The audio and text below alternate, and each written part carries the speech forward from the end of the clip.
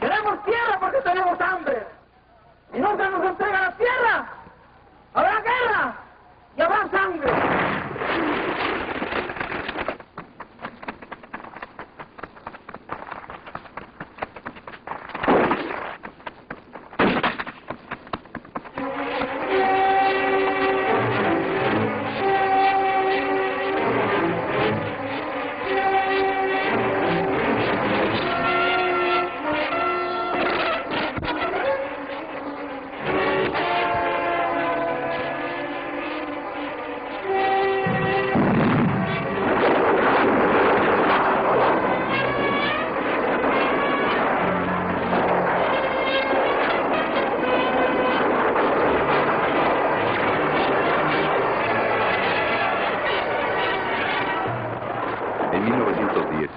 Se levanta en armas el campesino mexicano, respondiendo al llamado del Plan de San Luis Potosí, lanzado por Francisco I. Madero, que enarbola la consigna sufragio efectivo, no reelección. Declara ilegales y nulas las elecciones por las cuales el general Porfirio Díaz se autoimponía por 7ª vez como presidente de la República. El Plan de San Luis Potosí tenía como objetivo principal el derrocamiento del general Díaz y en su artículo 3 prometía la restitución de tierras a campesinos que habían sido despojados arbitrariamente. Al finalizar la dictadura de Porfirio Díaz, el problema de supervivencia del campesino se había agudizado a causa de la concentración de la tierra. El 1% de la población poseía el 70% de las tierras cultivadas. Este acaparamiento de tierras tenía su origen en los despojos paulatinos hacia las comunidades indígenas. Procedimiento que se había acelerado apenas consumada la independencia de México en 1821 y que se apoyaría más tarde en los artículos de las leyes de reforma que se referían a la propiedad comunal. La lucha por la defensa del sistema tradicional de propiedad se inicia en el año de 1825 con el levantamiento de los indios yaquis en Sonora, mismo que se prolonga durante todo el siglo pasado y parte del actual. Durante el siglo XIX, surgen en diversas partes del país movimientos espontáneos de campesinos que se lanzan a la defensa de sus tierras. En 1849, el Ejército Generador de Campesinos del Valle de México proclama el Plan de Sierra Gorda, precursor de la posterior legislación sobre reforma agraria. Pero los esfuerzos de lucha y organización que se manifestaron en el campo a lo largo del siglo XIX no habían logrado madurar al punto de hacer estallar una revolución nacional que tuviera como principal objetivo la satisfacción de las demandas de tierra. Así es como en 1910, millares de campesinos ya en lucha se sumarán al movimiento nacional de Francisco I. Madero, influenciados en gran parte por las promesas de tierra contenidas en el Plan de San Luis Potosí.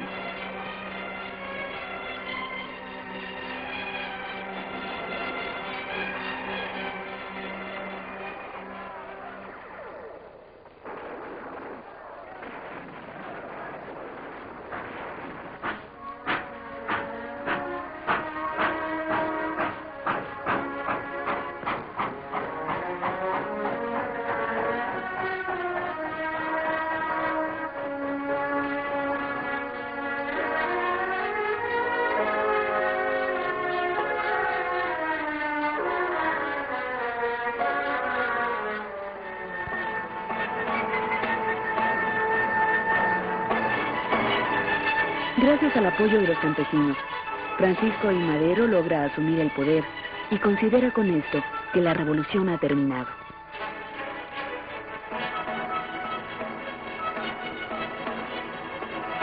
Desde entonces, su propósito más inmediato será restablecer la paz y el orden en el país, mostrando un claro desinterés por la restitución de tierras prometida en el Plan de San Luis Potosí. Ante esa actitud, el campesino inconforme se niega a deponer las armas. Emiliano Zapata, quien encabeza el Ejército del Sur, aparece entonces como el más firme defensor de las demandas campesinas. De este modo, el 28 de noviembre de 1911, proclama el Plan de Ayala, en el que acusa a Francisco I. Madero de engaño y traición por haber utilizado al pueblo para ascender al poder. Es declarado traidor e inepto para realizar las promesas de la revolución y se le desconoce como presidente de la República. El Plan de Ayala pugnaba por el cumplimiento del Plan de San Luis Potosí, adicionando algunas reformas tendientes a beneficiar de inmediato al campesino.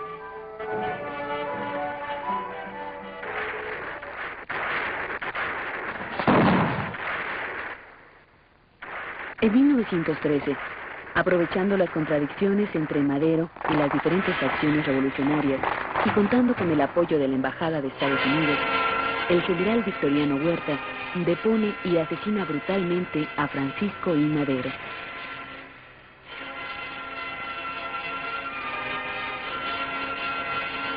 El rechazo de esta acción se hace sentir de inmediato y el país sigue nuevamente convulsionado por la lucha armada.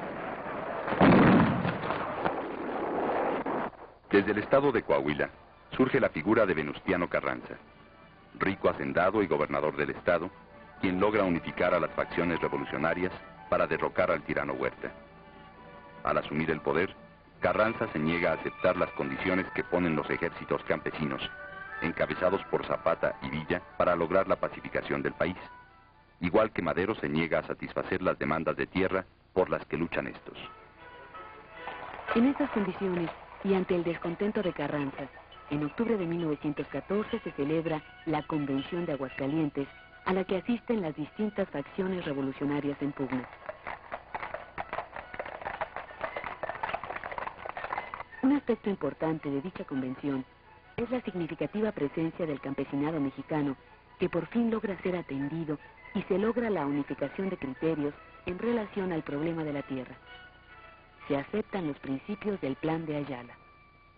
El señor Carranza es invitado a participar en la convención, pero en respuesta escrita señala la inconformidad por la participación de Villa y Zapata, argumentando ambiciones de poder de estos. Condiciona los acuerdos de la convención a su autoridad y exige la renuncia al mando de sus fuerzas, tanto del general Villa como de Zapata. En los primeros días de noviembre concluye la convención con el establecimiento de un gobierno que debería ser el auténtico representante de los intereses del campesinado. Carranza se repliega a Veracruz, donde instala su gobierno. Y en un histórico mensaje en que evidencia su desprecio hacia los jefes campesinos, Carranza se dirige a la convención reprochando el no haber considerado sus condiciones y se niega a aceptar los acuerdos de esta.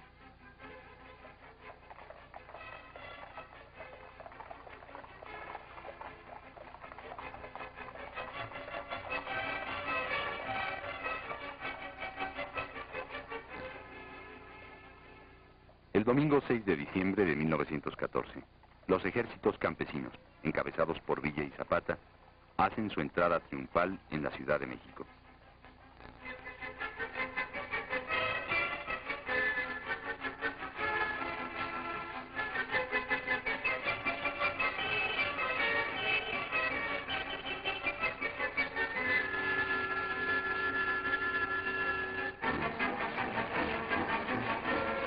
En este momento, la guerra campesina llega a su momento culminante. Todo hace suponer que la revolución ha triunfado.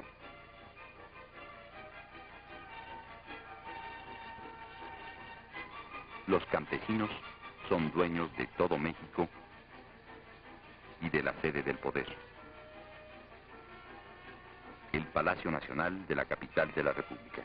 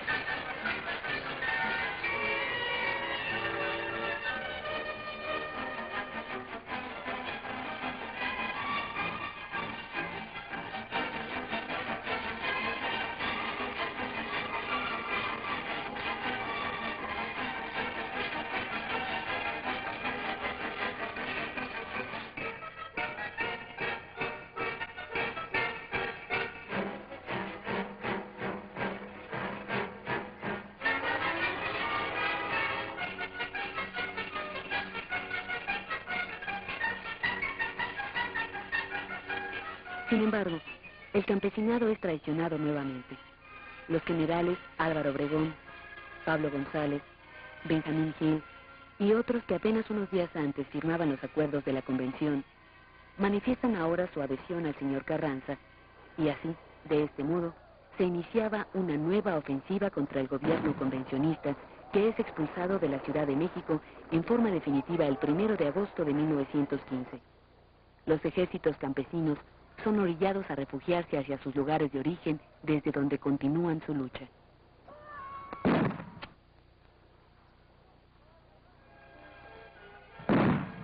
A pesar de que Carranza gana terreno, se da cuenta de que la única forma de contener al campesino es dándole algunas concesiones ante sus reclamos de tierra. Y es así como el 6 de enero de 1915 presenta un decreto que ordena la devolución de tierras a las comunidades. Para esto, instituye también la Comisión Nacional Agraria, que será el organismo de supervisión del proceso de distribución, asumiendo el papel de conciliador ante los alegatos en relación a la propiedad. Este decreto también concedía a los hacendados el derecho al recurso de amparo. Con este decreto, daba un duro golpe a los ejércitos campesinos comandados por Villa y Zapata, que en ese momento demostraban su incapacidad para convertirse en la fuerza dirigente de la revolución. Con esta medida se inicia también lo que vendría a ser un modelo ejemplar hasta los gobiernos de nuestros días, al establecer decretos y leyes como respuesta a las exigencias del campesinado, que ahora serían turnadas a esos organismos de supervisión, que en la práctica vinieron a ser los instrumentos de control ante la presión campesina, que será frenada por medio de trabas burocráticas y restringidos repartos de tierras, que en cantidad variaron en cada régimen. La Constitución de 1917, contra la voluntad de Carranza, recoge algunos principios del Plan de Ayala que logran ser incluidos gracias a la influencia que ejerce la tendencia progresista encabezada por Francisco J. Mújica dentro del Congreso Constituyente y que quedan plasmados en el artículo 27, el cual restringe la propiedad de la tierra a las modalidades que dicte el interés público, sanciona las normas del reparto agrario, establece el ejido, declara nulos los despojos de tierras y reconoce la forma de propiedad comunal, entre otros.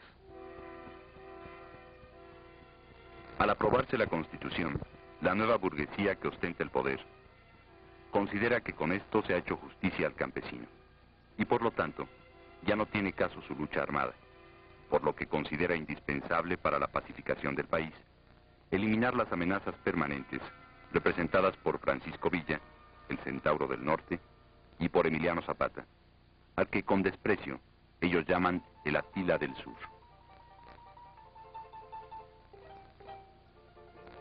Para esto se emprende una campaña de asedio que tiene como resultado la aniquilación del Ejército del Sur y de su caudillo Emiliano Zapata, quien cae en una emboscada que le tienden en la hacienda de Chinameca, en Morelos, el 10 de abril de 1919.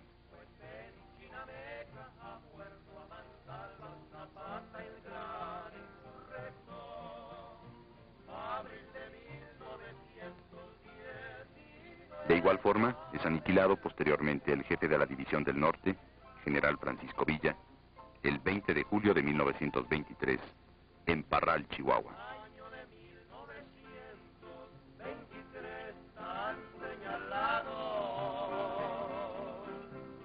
El general Pancho Villa en Parral fue asesinado.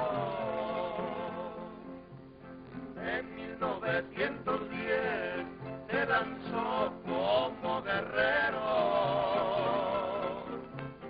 defendiendo los ideales de don Francisco y Madero. Cuando Victoriano Huerta a Madero asesinó, el general Pancho Villa en armas se levantó.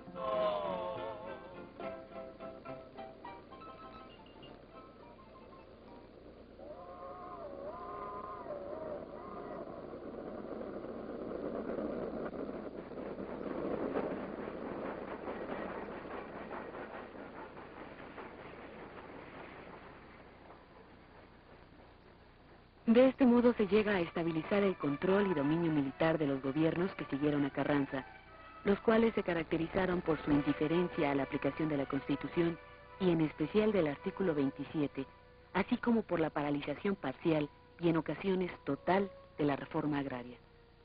El general Álvaro Obregón, durante su gobierno, lleva a la práctica la primera distribución considerable de tierras, logrando repartir 1.700.000 hectáreas a cerca de 150.000 campesinos, tomando además algunas otras medidas que aportaron algunos cambios a la legislación agraria. Esto no significaba que Obregón adoptaba las demandas del campesinado, sino que, como medida política, buscaba un apoyo para mantenerse en el poder ante la amenaza de algunas unidades militares contrarias a su gobierno. Durante su gobierno, se toman las primeras medidas destinadas a proteger el desarrollo del capitalismo en la agricultura y también cierto número de decisiones que debían favorecer al sector privado en detrimento del ejidal.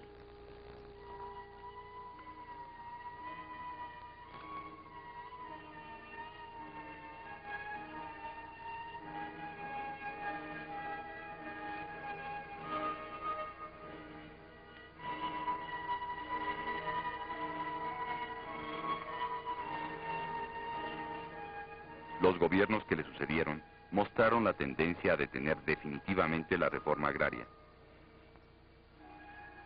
optando muchas veces por reforzar el poder de los terratenientes y rechazando la vía campesina como alternativa de desarrollo. Frente a este panorama, Lázaro Cárdenas asume la presidencia de la República en 1934, en un momento en que el descontento en el campo amenazaba con desembocar en otra guerra civil que de manera indirecta se había reflejado en el movimiento armado religioso que desde 1926 se había extendido por casi todo el país. Al iniciar Cárdenas su gobierno, se plantea como meta principal el desmantelamiento definitivo de las fuerzas feudales que, según él, eran un freno para el desarrollo del capitalismo en México. Ante el desconcierto y descontento de los antiguos latifundistas porfirianos, impulsa el reparto agrario a un nivel sin precedente, favoreciendo a casi 800.000 campesinos, con más de 20 millones de hectáreas de tierras repartidas durante su gobierno. Para lograr su objetivo, se plantean medidas tan drásticas como el devolver las armas al campesino para que defendiera sus tierras ante la amenaza de los intereses que se oponían. Con Cárdenas, el ejido se convirtió en pilar de la economía agrícola nacional, abarcando la mitad de la tierra de labor. Otro paso decisivo para avanzar en la nueva dirección fue dado en 1935, cuando se expropiaron las grandes empresas agroindustriales de los latifundistas, respetados hasta entonces por temor a afectar la producción. Al concluir su periodo de gobierno, había logrado su propósito, sentando las bases para un desarrollo capitalista en todas las ramas de la economía. Al aplicar a fondo la reforma agraria, evitaba a la burguesía revolucionaria en el poder el papel de liquidadora del movimiento campesino.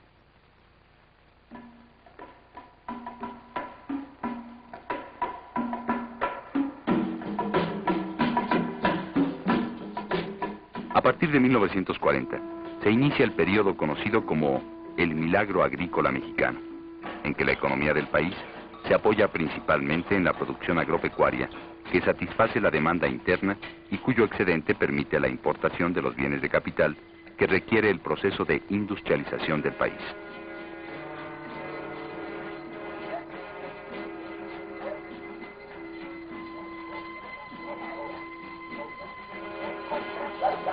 Con Manuel Ávila Camacho se inicia el periodo de modernización del país. La política cardenista de apoyo al campesino se sustituye por una política agraria tendiente a favorecer la expansión de la agricultura capitalista, apoyada en la propiedad privada y en las explotaciones agrícolas remunerativas, plegando su política a los intereses de la gran burguesía rural en desarrollo. En la misma dirección, al asumir la presidencia de la República, Miguel Alemán refuerza al sector privado capitalista de la agricultura en detrimento del sector ejidal. Su política se caracteriza por una contrarreforma agraria, abandonando definitivamente la vía campesina como alternativa de desarrollo. También establece la ley de amparo agrario en beneficio del capitalista privado. La política contrarreformista de Miguel Alemán logra su consolidación total durante el periodo de Adolfo Ruiz Cortines. El 5 de febrero de 1961, el dirigente campesino morelense Rubén Jaramillo encabeza la toma de 10 ejidos en Nezatepec, Puente de Ixtla, Amacuzac y otros poblados. Dichos ejidos se encontraban ociosos por interés de los caciques de la región que los utilizaban para la cría de ganado. La toma se llevó a cabo con el apoyo de los mismos ejidatarios. Después de una intensa campaña en contra del movimiento de Jaramillo, este es brutalmente asesinado junto con su esposa embarazada, 2 hijos y un sobrino, por miembros del Ejército Federal. La crueldad y arbitrariedad con que se cometió el crimen fue duramente censurado por la opinión pública y por la prensa de entonces. La relativa estabilidad social en el campo se empieza a resquebrajar. Empiezan a ser cada vez más frecuentes las invasiones de propiedades privadas por parte de campesinos sin tierra.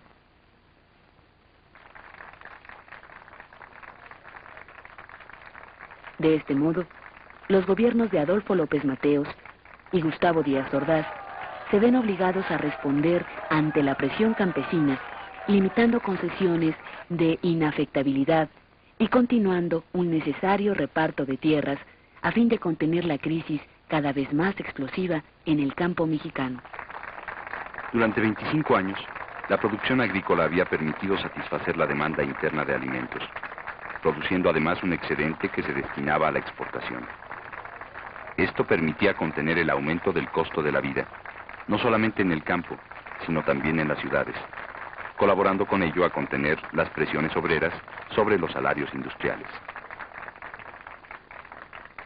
El crecimiento de la producción agrícola, que de 1940 a 1965 había sido de un promedio del 5% anual, disminuye en 1970 al 1.2% y de 1970 a 1974 se estanca al reducirse la tasa de crecimiento anual al 0.2%, convirtiéndose el país desde ese momento en importador absoluto de bienes agropecuarios, lo que trae consigo también un endeudamiento externo que a lo largo del periodo de Luis Echeverría aumenta de 4.000 millones de pesos a casi 23.000 millones, lo que trae consigo una inevitable devaluación que viene a agudizar la crisis social tanto en el sector obrero como en el campesino, y que se manifiesta en el espontáneo ascenso de los movimientos de lucha en ambos sectores. Durante los 3 primeros años del gobierno de Luis Echeverría, su política hacia el campo no difiere gran cosa de la de sus antecesores. La presencia del Estado en el campo es predominantemente militar. En julio de 1973, el jefe de la defensa, Hermenegildo Cuenca Díaz, informa haber recibido órdenes del presidente para implementar la intervención generalizada del ejército en el campo, debido a que agitadores profesionales han venido promoviendo invasiones de tierras de pequeños propietarios. Esta primera alternativa política del echeverrismo para enfrentar la crisis social choca contra un movimiento campesino que, lejos de frenarse ante la represión, se propaga.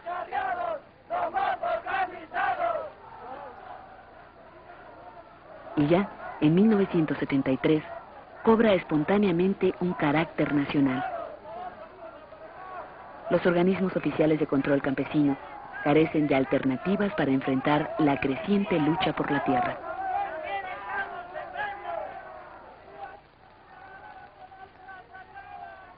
Nuestra lucha, al igual que en 1910, sigue siendo la lucha por la tierra.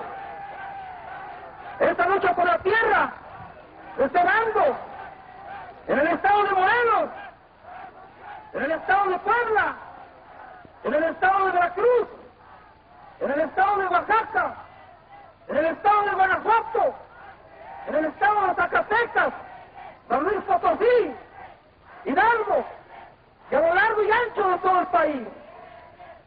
Hoy, igual que en 1910, nuestra demanda principal es la tierra.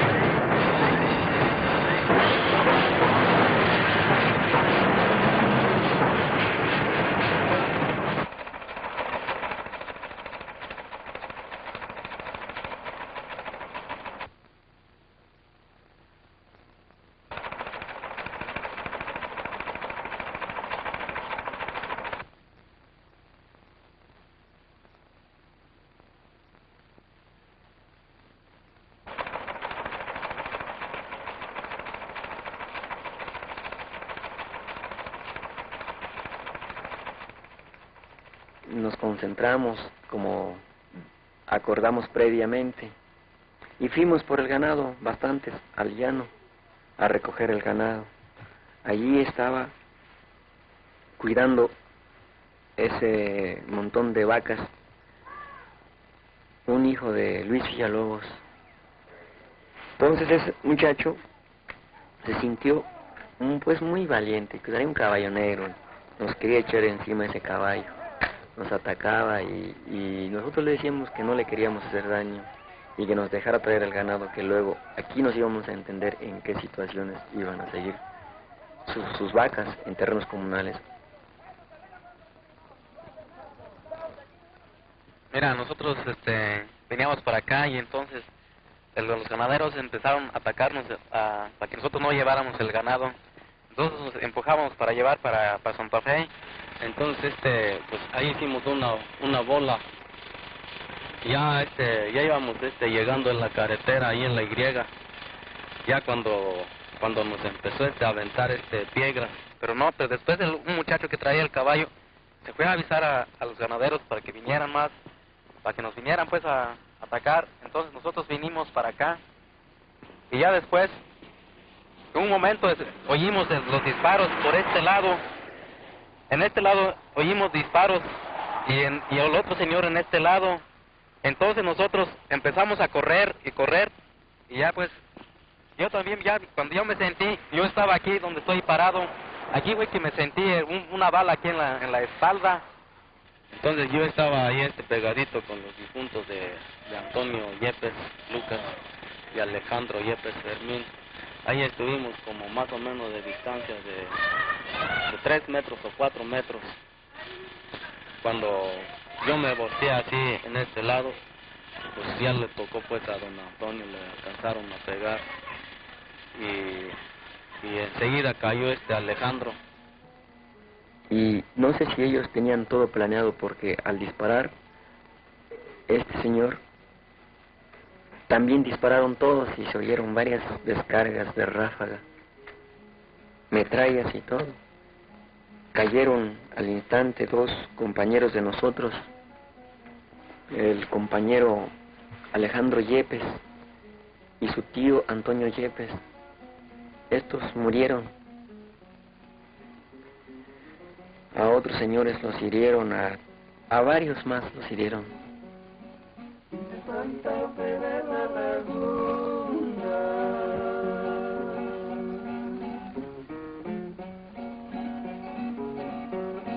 mucha carne cambiaste con el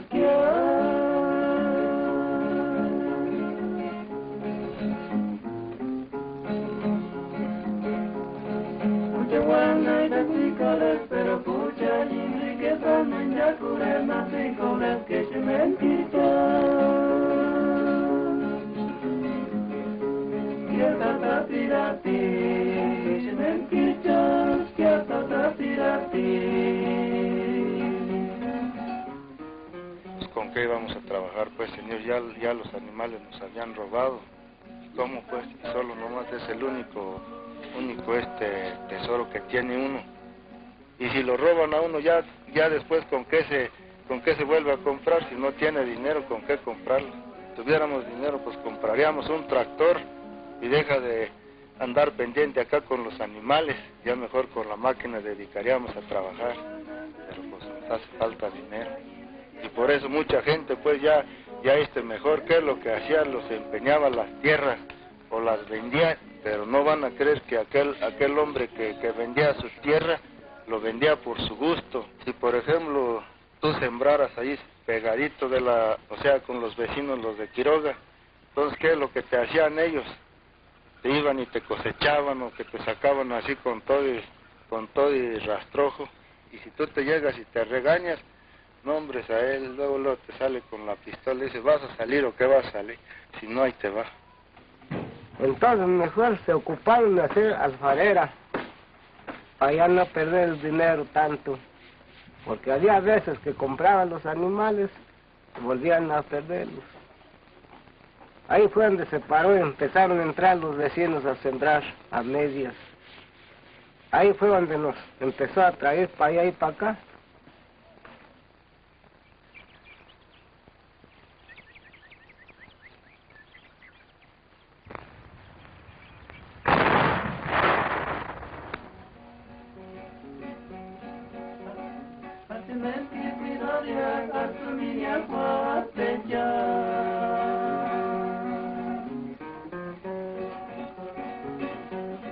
Esa mentira su mi leche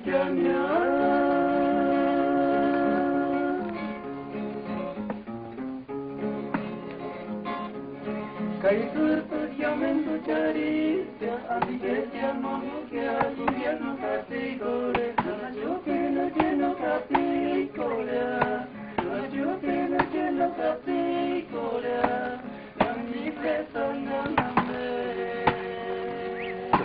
El Quirate es el único que tiene pina verde, entonces así nos lo acabaron. Todo lo bajaban con burros, con caballos y hasta con carros para Quiroga. El pino nos lo acabaron también. El encino nos lo acabaron también. El madroño nos lo acabaron con más pronto que el pino.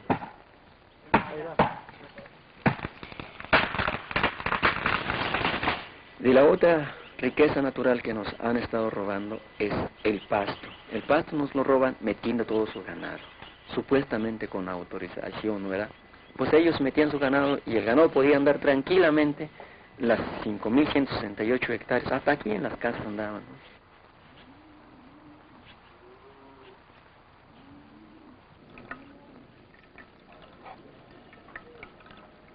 Con el que nos mantenemos es una agua que viene de un manantial bien chico. El cura es el único que tiene llave para suministrarse del agua. Entonces, para nosotros tener agua para tomar, para todos los usos domésticos, primero se tienen que llenar las pilas del cura, todas las pilas que tiene. Él tiene pilas grandísimas, tanto para lavabo como para pilas de baño y de uso en general. Y entonces últimamente estamos sufriendo mucho por el agua potable.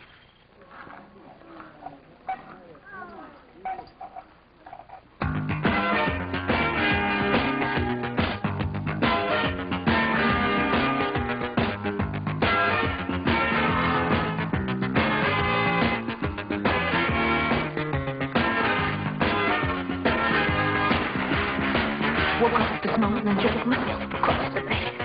Alice went to Wonderland, but I stayed home instead. I started feeling bad cause I was left behind, cause I'm a wanderer. I'm a wanderer. She clapped right through the mirror, oh that really blew my mind. I think I follow through her rhythm and her rhyme. I know I'm ready now, it's just a little time, cause I'm a wanderer.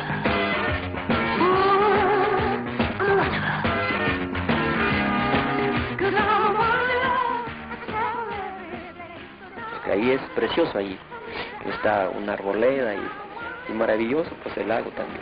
Y todos quieren tener finca. Tiene una finca el gobernador del... pues es el gobierno del estado. Una finca bien lujosa.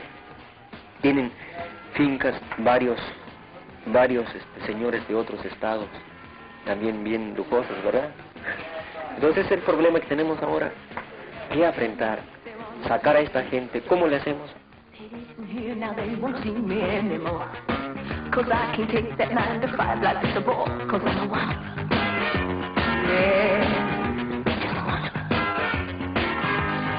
Ah, se me olvidaba mencionarles, miren, por allá por mayo o por marzo del año pasado se metió la Secretaría de Obras Públicas y Asentamientos Humanos, ¿verdad? Entonces se metió un cerro que tenemos acá. Se quería llevar 20.000 metros cúbicos de arena, porque no tenemos ahí arena, pero no lo tenemos en explotación porque no tenemos recursos para maquinar y todo, ¿verdad? Entonces se metió y le decíamos, sálgase, por favor, sálgase. No, pues no salía, no. Sálgase, que es terreno comunal. ¿Quién le dio permiso? Dice, no, pues es para construir una carretera de la ribera, son como 20 kilómetros lo que quieren pavimentar. Dice, no, no, pues el gobierno, no, sí pues, pero aquí es de nosotros. Y no se quiso salir y le pedíamos que se saliera. De Morelia y otros estados, atraídos por las bellezas del lugar, habían erigido residencias de descanso y huertos a espaldas de la comunidad. A esto se agregaba también las invasiones con ganado por parte de los ricos ganaderos de Quiroga, quienes ya por tradición se posesionaban cada año de los pastizales de la comunidad.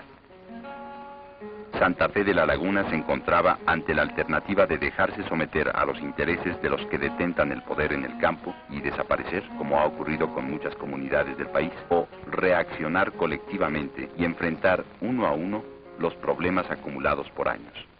Que nosotros estábamos pues bien enojados, bien molestos porque se había metido sin autorización de nosotros y además queriéndonos despojar de arena que abarcaba más de $1 millón de pesos. Entonces en una asamblea, en una noche dije, bueno, este señor no va a salir pues por la buena. Mañana temprano vamos y le descomponemos el trascabo. Y la gente que trabaja con él escuchó y le dijo, y el trascabo ya nunca apareció por aquí. Fuimos con los trabajadores y les dijimos, miren señores, ustedes son compañeros trabajadores, jodidos igual que nosotros, no conviene que nosotros nos andemos peleando, no tenemos por qué pelear nosotros los jodidos, hay que pelear contra los que nos chingan.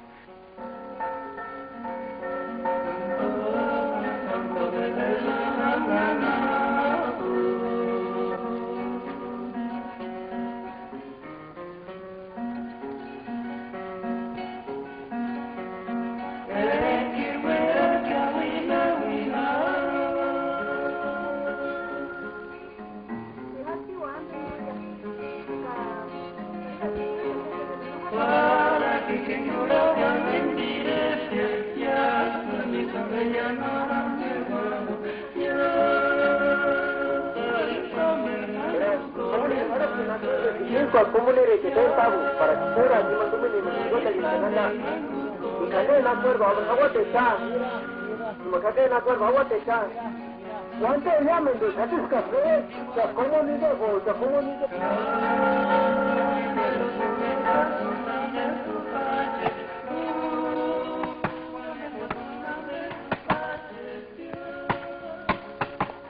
Y entonces es cuando nosotros nos organizamos, como nos hemos organizado en primer lugar con el banco de arena, para que pues no sigan invadiendo así en esa forma. Es cuando nosotros pensamos pues que vamos a defender nuestra riqueza, porque pues nosotros no nos estamos haciendo ricos, solo ellos pues, solo Quiroga el que está allá.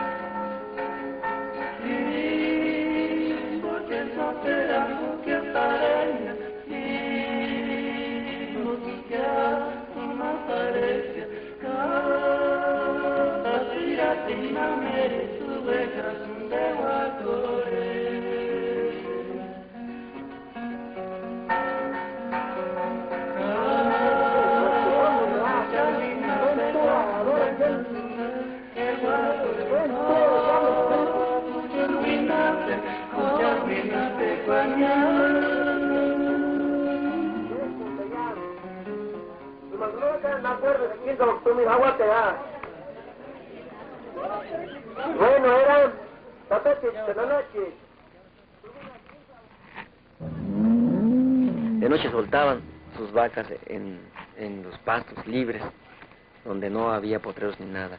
Y de día los metían otra vez, por eso sus vacas no sufrían nada en pastos. Entonces enseguida tomamos una determinación nosotros, de que íbamos a hacer, o hicimos una asamblea para irnos a arrear el ganado, que fue el día 28 de julio. Entonces en ese día hicimos esa arreo de ganado y trajimos aquí todo este potrero que vemos aquí. Teníamos como 700 cabezas.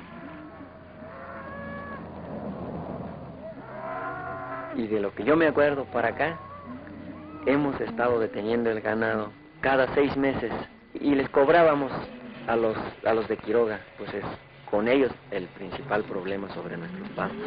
Y acordamos que ya íbamos a hacer un convenio para que nos pagaran lo justo de lo que aprovechaban de nuestros pastos. Al día siguiente del acarreo, se presentaron los ganaderos de Quiroga a negociar la devolución de su ganado como tradicionalmente lo hacían. Pero en esta ocasión no estuvieron de acuerdo con las nuevas condiciones que proponían los comuneros.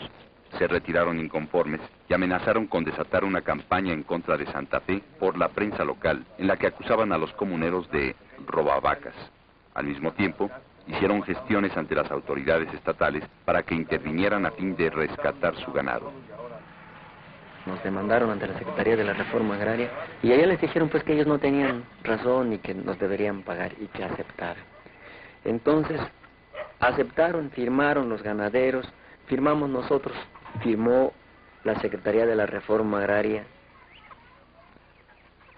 Nosotros estamos haciendo las vías por legales.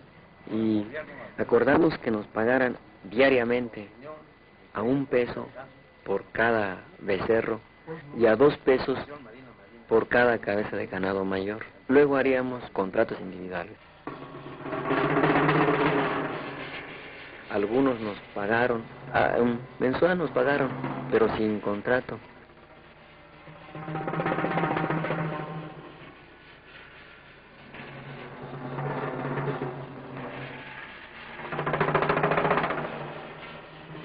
Ninguno quiso firmar los contratos individuales.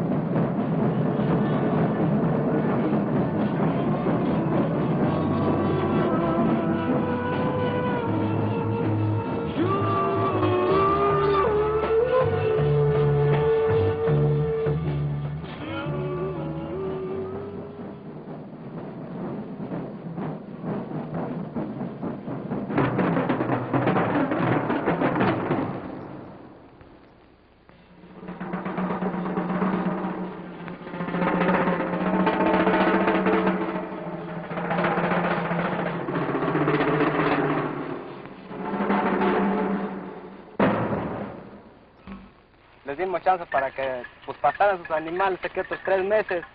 Entonces a esos 3 meses dijimos que cada mes nos iban a pagar. No hicieron ese trato porque ellos mismos lo violaron y al último no nos quisieron pagar. Ellos son con los que ahorita nos están peleando, que nos están queriendo quitar pues tierras y todo eso. Eso es todo lo que nosotros reclamamos y hemos organizado para luchar contra ellos, porque no queremos que nos despojen nuestras tierras. ¿O qué es lo que quieren esas gentes? Quieren quitarnos, quieren hacerse más ricos. Esa es la pregunta que yo hago. ¿Qué es lo que quieren ellos? ¿O qué pretenden hacer ellos?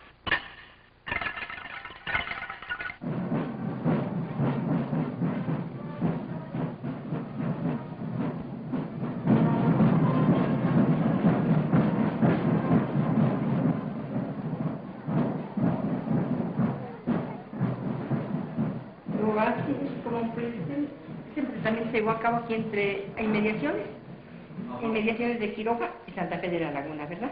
Entonces, le voy a pedir mucho aquí al maestro, al señor síndico, que nos haga el favor de explicarles a ustedes, porque empezó él a tomar nota. Empezamos a tomar nota los dos desde el primer momento, ¿verdad? Pero ya más directamente lo tuvo él. Para que nos haga el favor, maestro, de informarles a ellos toda la versión. ¿Este enfrentamiento implica qué? Mire, el primer caso que suscitó entre Quiroga y Santa Fe fue que el año 79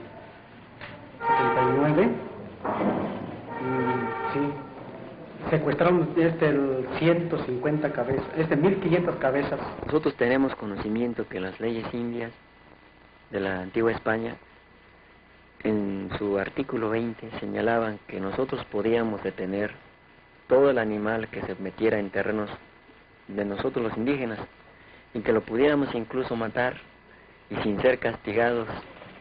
Les habla Felipe Campos Pérez, pasante jurista y representante de los compañeros de Quiroga. En el problema de Santa Fe de la Laguna Quiroga que se ha ocasionado, cuando se hizo el deslinde, despojaron a los compañeros campesinos de Quiroga de la tierra que se encuentra al oriente, al poniente de este cerro. Aquí Miguel Corral. Entre los propietarios de Quiroga afectados por el reclamo de tierras comunales de Santa Fe, se encuentran algunos ganaderos y agricultores que se han enriquecido a partir del acaparamiento y explotación de las tierras que por diversos medios han despojado a los indígenas. También se encuentran campesinos pobres que a espaldas de la comunidad han adquirido parcelas. Solo al interrogarlos sobre sus propiedades fue posible apreciar una diferenciación. Algunos poseen considerables extensiones de tierras de cultivo y pastizales, y otros varias parcelas ubicadas en diversos puntos dentro del área comunal. Diego Fuentes. Enseguida Adolfo Corral otra vez. Enseguida Matías Ponce Rico. Allá más abajo donde están aquellos árboles, donde se ve aquel animalito donde hay zacate, Jesús López. Es todo lo que hay por aquí. Entre los acaparadores se encuentran Pedro Mejía, Adolfo Corral, Jesús Rivera, Basilio Herrera y la familia del párroco de Quiroga. La conciencia que ha habido de la comunidad ha sido reciente. Entonces hay tierras que se compraron desde hace mucho tiempo que no había conciencia de comunidad. Ellos vendían las tierras estas, las vendían y ya había quien las comprara. Nadie les compró a fuerza, desde luego. Mi papá lo compró en 1930 y luego él me lo vendió a mí. Y era comunidad, nosotros lo cercamos, hay cercas. Ahora este otro aquí también, yo lo compré, se lo di al muchacho, hemos hecho mucho trabajo, sacamos agua ahí, tenemos agua y muchos trabajos, ¿cómo va a ser justo dejárselos? Entonces, yo le presté ese dinero sobre de ese terreno de reserva nada más. Hay otro terreno que es de sembradío y lo tengo sembrado ahorita, ¿verdad? Y yo no le compré a la comunidad ni a nadie de Santa Fe.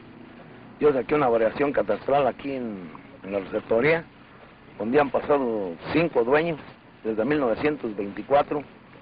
Gente de Quiroga tiene escrituras. Tráeme lo mío y ahí están tus terrenos. Entonces él me respondió así, me dijo, mira, yo no te lo quito. El pueblo es el que te va a recoger Pues quién sabe, nosotros tenemos escrituras. Tenemos escrituras, estamos pagando contribuciones también. Pero yo no me entendí con el pueblo, yo me entendí nada más con tu persona. Yo te presté a ti y tú me prestaste el terreno. Ellos tienen pues la pretensión de ciertos límites, ¿no?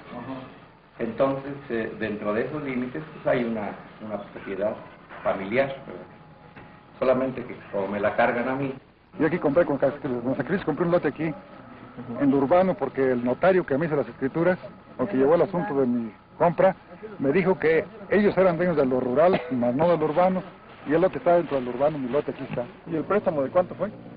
Bueno, mire, él no sé exactamente lo que está en cada documento, porque él después siguió pidiendo sobres del empeño, ¿verdad? Y en un lado y en otro.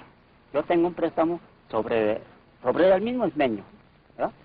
Como yo compré, que me compren, si quieren recuperar ese pedazo de 2 hectáreas, ahora que me lo compren ellos a mí. Los predios comunales urbanos son susceptibles de venta siempre y cuando la comunidad indígena esté de acuerdo, porque todos los predios comunales que sean para urbanización, la comunidad de la asamblea puede venderlos, y así se ha hecho en algunos casos de aquí. Bueno, Santa Fe de la Laguna, como todas las comunidades indígenas, tiene razón jurídica y razón histórica. Razón jurídica porque las propias leyes de Indias reconocieron sus derechos, y razón histórica porque tienen casi 500 años luchando por... Son inexistentes todos los actos de particulares o de autoridades federales, locales, administrativas, de todo tipo, que tengan por consecuencia privar de sus derechos a las comunidades indígenas, también a los ejidos. Por eso es que, independientemente de que se diga que los ganaderos de Quiroga tienen documentos en los que se pone de manifiesto que han comprado las tierras, los actos son inexistentes, ni siquiera nulos. Cuando se trata de nulidad, entonces es necesaria una declaración especial, pero cuando se trata de inexistencia, basta reconocer esa inexistencia, que es el caso de Santa Fe de la Laguna.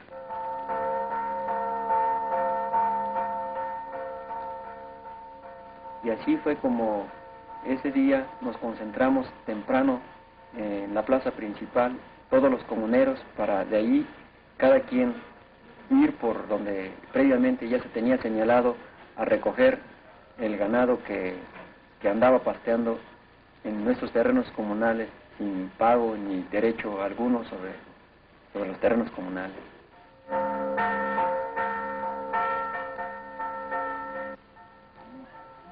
Cuando asisto por allá, por ejemplo, donde ando transitando para aquí en el llano, entonces yo andaba transitando por allá con los animales. Y como era el hombre conocido, por eso me arrimó y empezamos a platicar. Me preguntó, a ver, ¿cuándo ibas de vuelta allá a los animales, la comunidad? Yo dije, no te lo puedo decir porque no sé. Pues por eso te pregunto, porque el día que van de vuelta va a correr la sangre. Yo dije, ¿por qué? ¿Por qué dices usted así? Pues así está dicho.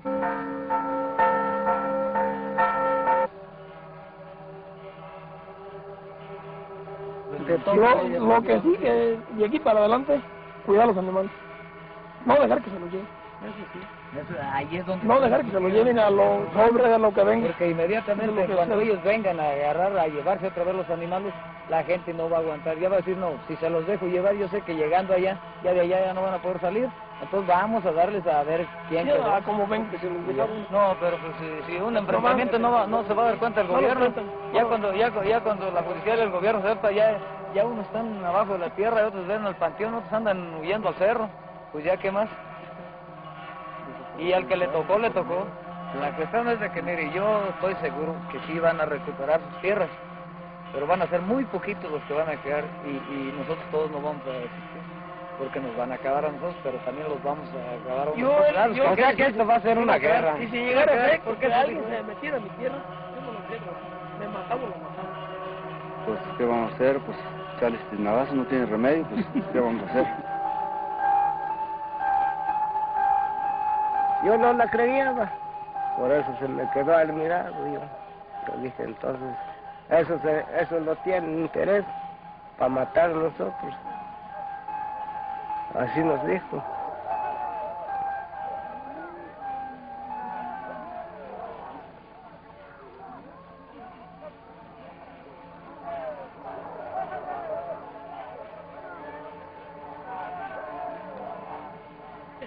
¿Dónde llevan las vacas, cabrones?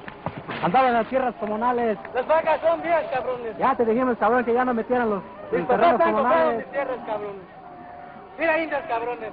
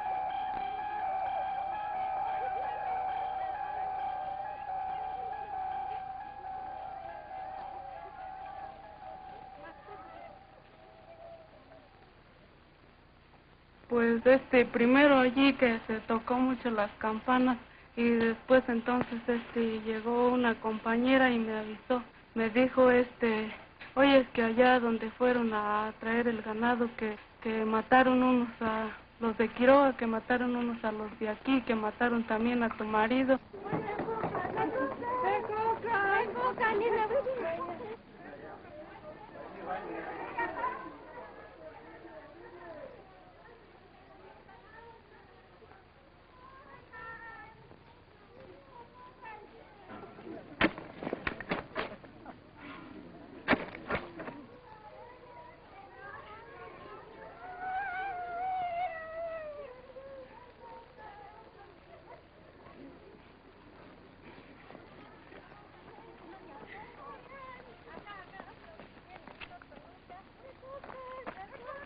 Cuando llegamos ahí en la carretera, ahí me dijeron, no, a tu esposo no lo mataron, nada más le dieron un balazo aquí en el hombro y lo llevaron ya ahorita allá a la clínica.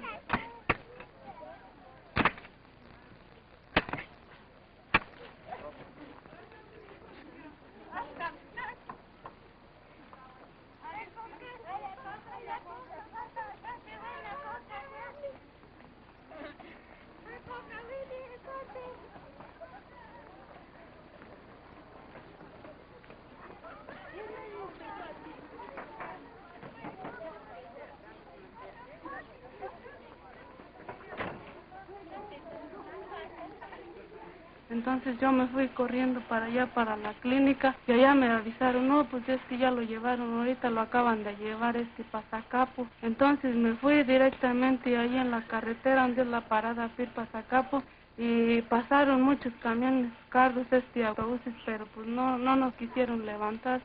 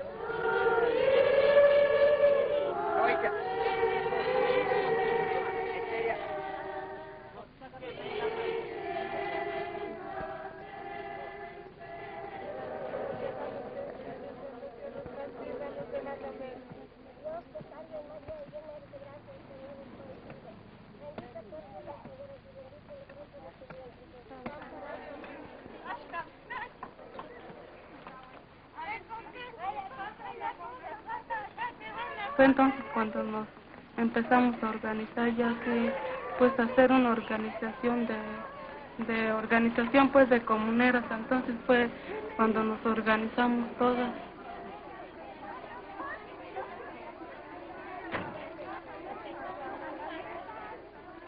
Después de estar en el hospital y en la cárcel municipal de Zacapu, los 9 comuneros heridos son trasladados a la cárcel municipal de Pátzcuaro, donde los mantienen incomunicados y sin darles ninguna atención médica.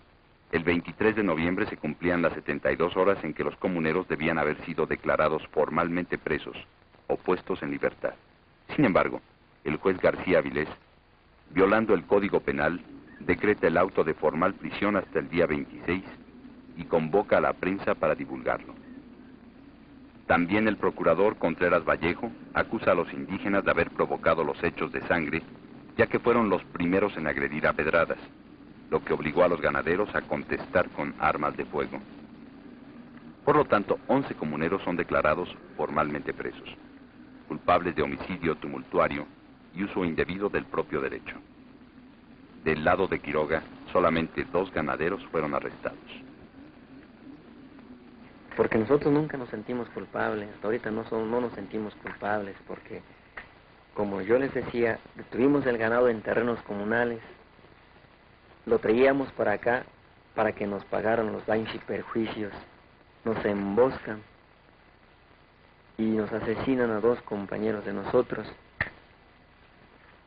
y que fuéramos a parar a la cárcel, pues para nosotros sigue siendo una injusticia de las peores que hayan hecho, ¿verdad?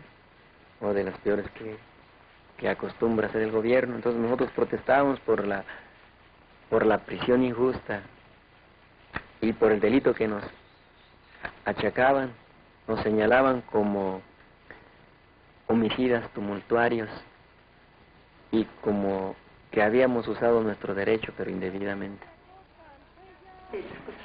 Como antes participaban nomás los hombres, nomás nosotros oíamos que ya ellos ya traen al ganado hasta por aquí, que ya nos tienen rodeados, que ya nos están quitando todo el pasto, y nosotros como que no hacíamos aprecio. Y ahora ya cuando nos mataron esos compañeros, ahora ya de coraje andamos para poder quitarle nuestras tierras y para que ya no metan el ganado a nuestros terrenos comunales, para que ya no pastean los ganados. Todos estamos, los hombres o nuestros maridos, todos están de acuerdo que sí participemos de esto, porque esto no es nada más para el beneficio de ellos, sino es beneficio para nuestra familia, de nuestros hijos, porque pensamos conjuntos, así cuando hacemos asambleas generales pensamos que no, bueno, nosotros vamos a suponer, yo y mi esposo, no vamos a vivir toda la vida en este mundo, no, sino pensamos que van a vivir más años nuestros hijos que nosotros. Entonces nosotros pensamos no dejarlos así con esta preocupación o así como estamos viviendo nosotros ahora. Nosotros pensamos dejar a nuestros hijos sin ningún problema. Nosotros queremos sacar adelante nuestra lucha. Todos los comuneros nos trasladamos aquí en el Palacio del Gobierno para entrevistarnos con el gobernador Carlos Torres Manso para que los comuneros les planteáramos sobre el problema que habíamos tenido el día 17. El día 19 no fue posible de entrevistarnos directamente con el gobernador Carlos Torres Manso. Nos entrevistamos con el oficial mayor Jorge Mendoza Álvarez, la cual nos recibió, pero la entrevista no tuvo efecto porque de hecho... Desde el día en que ocurrió la agresión, los comuneros y comuneras organizados buscan dialogar en Morelia con las autoridades estatales, así como con la Secretaría de la Reforma Agraria.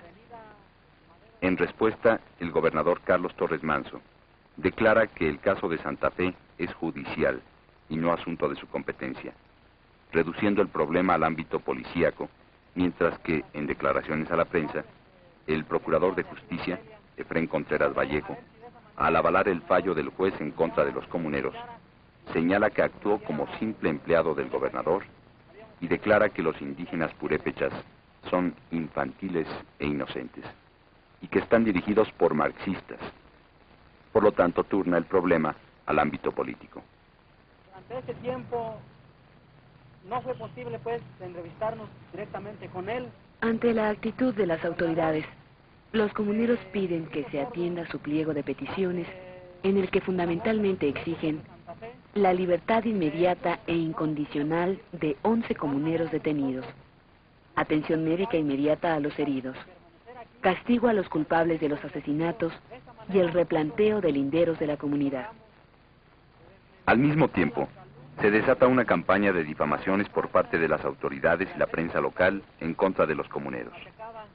Estos consideran indispensable prepararse para emprender la nueva fase de su lucha.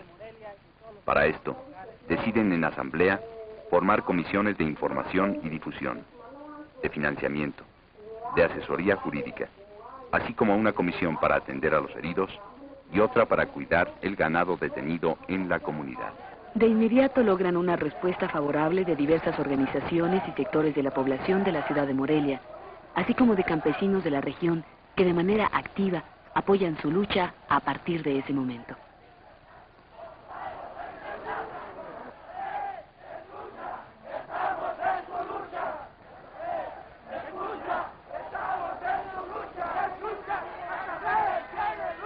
Y a solo 4 días de la agresión, realizan una gran manifestación, como no se había visto desde hacía muchos años en Morelia. Nosotros estuvimos en la prisión, pero los compañeros que estuvieron afuera, ellos siguieron la lucha.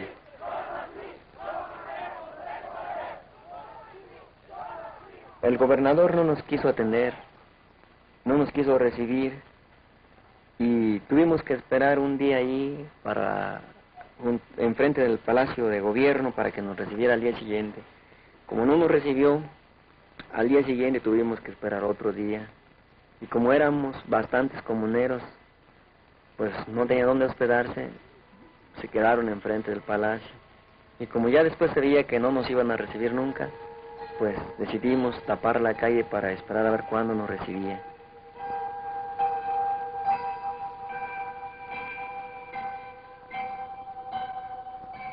Ahí fue donde estuvimos 32 días, estuvimos allí, toda la gente allí, así pues con los niños, así nos quedábamos de allí, con tanto frío allí que estuvimos tanto tiempo, y nada, y siempre cuando íbamos y no nos quería recibir, y como a los de Quiroga sí los recibía, y a nosotros no.